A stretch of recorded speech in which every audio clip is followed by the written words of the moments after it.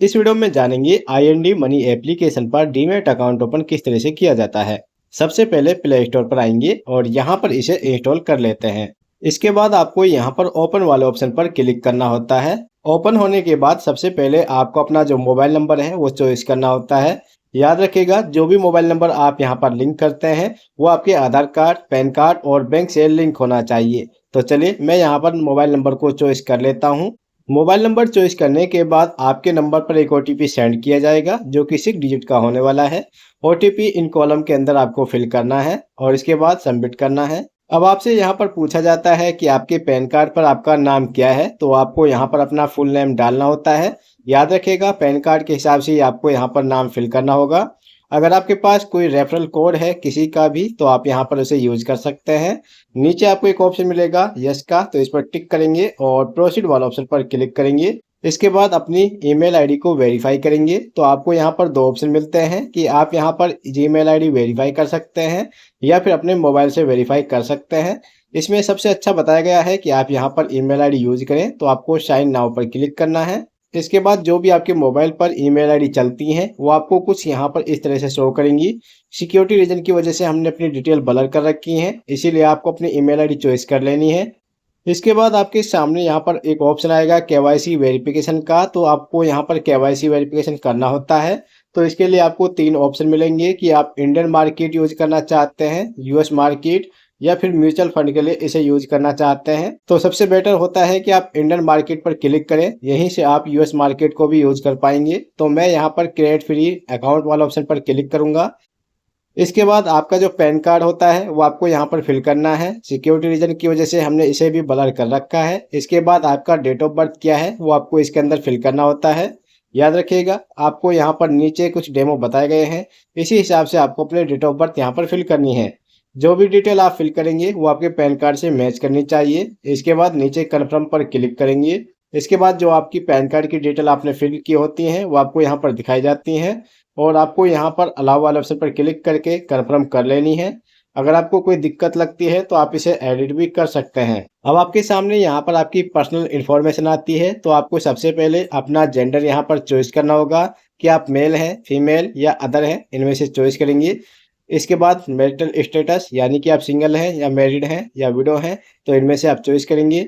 इसके बाद आता है नेशनलिटी यानी कि आपका टैक्स रेजिडेंस क्या है, तो मैं यहाँ पर इंडिया से हूँ, इंडियन रेजिडेंस पर क्लिक करूंगा। इसके बाद नीचे एक ऑप्शन मिलेगा कि अगर आप किसी राजनीति से जुड़े हुए हैं तो आपको यस पर क्लिक करना है, नहीं तो आप नो पर क्लिक करेंगे। अब आपको यहाँ पर अपना फादर नेम फिल करना होता है। तो फैमिली डिटेल के लिए आपको सबसे पहले अपना फादर नेम डालेंगे। आपका जन्म कहाँ पर हुआ है, कौन सी सिटी के अंदर हुआ है वो आप यहाँ पर फिल करेंगे। आपकी कंट्री क्या है वो आप यहाँ पर सिलेक्ट करेंगे।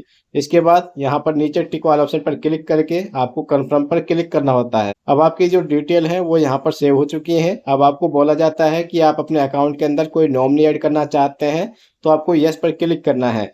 अगर आप नॉमिनी ऐड नहीं करना चाहते हैं तो नो ऐड लेटर पर क्लिक कर सकते हैं, यानी कि बाद में नॉमिनी ऐड कर सकते हैं।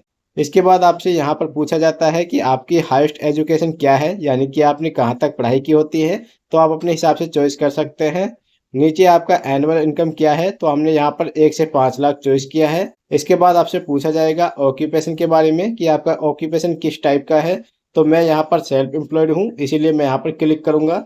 अगर आप यहाँ पर private sector, public sector, student, government employ है तो इनमें से आप चॉइस कर सकते हैं।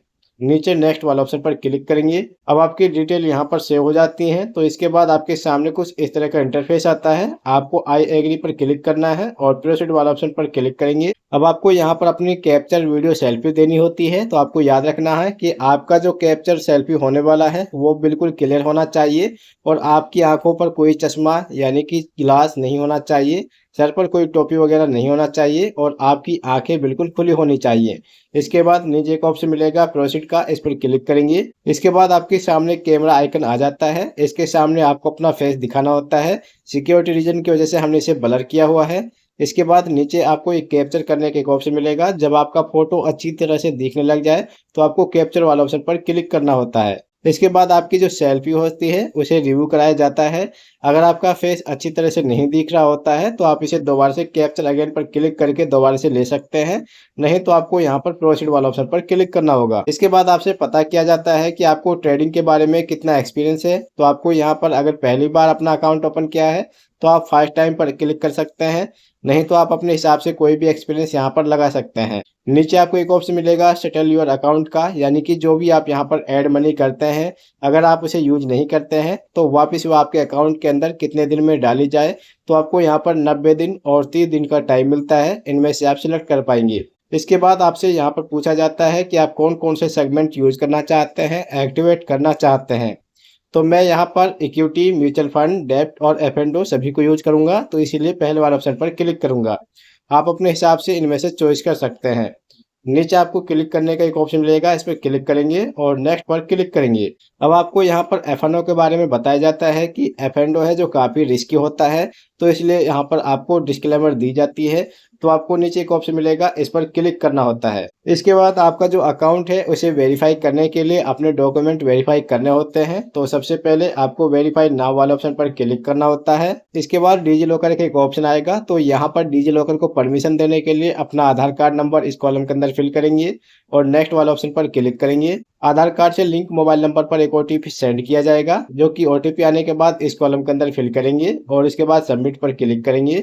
अब आपके पास जो भी डिजी लॉकर का 6 डिजिट का पिन होता है, सिक्योरिटी पिन जिसे हम बोलते हैं, वो आपको इस कॉलम के अंदर फिल करना होता है, जो कि आपका 6 डिजिट का होता है। यहाँ पर आप फिल करेंगे।